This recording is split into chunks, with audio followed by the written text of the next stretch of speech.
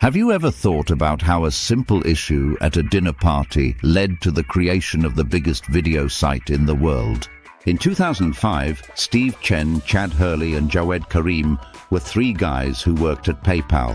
They were not yet tech superstars. Their ideas were big, and their concerns were even bigger. Things changed one night, though. It all began at a party. The famous event involving Janet Jackson at the Super Bowl had just happened, and everyone was dying to see it again. The terrible storm in Southeast Asia was another event that went viral. Everyone was talking about these clips. One huge problem, though, was that they were hard to find online. What if you had your own movie to show? Have fun.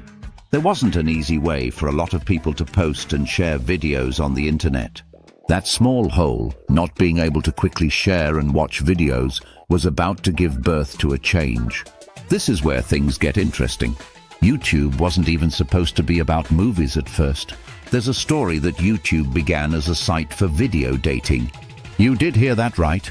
The site was first meant to be called Tune In, Hook Up, and it would have let people post videos of themselves talking about what they were looking for in a mate.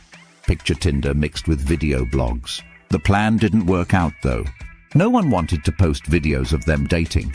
The founders were stuck until they came up with a new idea that changed everything. Some people didn't want to talk about their relationships on camera, but they were happy to share everything else. People were desperate for a place to share their visual thoughts, from funny cat videos to holiday highlights. So the idea of dating was thrown out, and the idea of a general site for sharing videos was put forward instead. The very first movie that was ever put on YouTube, Me at the Zoo. Jawed Karim only talked about elephants for 18 seconds. Not flashy or popular, just honest and raw. But that's what made it strong. YouTube wasn't planned to exist. It wasn't based on a well-thought-out business plan from Silicon Valley. It was a string of failed ideas, party conversations, frustration with tools that were already available, and one random trip to the zoo. The site went viral in just a few months. People began posting everything, including jokes, how-to videos, rants, happy events, and sad events. It turned into the Wild West of the internet very quickly. And Google bought YouTube for $1.65 billion in stock in 2006, just 1 year after it started.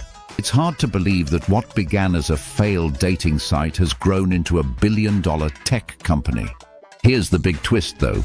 What if YouTube had done well as a dating site? Would videos have grown into what they are now? Would people who make content live the way they do now? Would there still be the drama, the lessons, the viral videos and the documentaries? Or did that failure, yes, failure, make way for a shift to computers? Ideas that could change the world don't always start out as sure things. They begin with confusion, mistakes, and moments of genius that happen by chance. When you watch a movie next time, keep this in mind.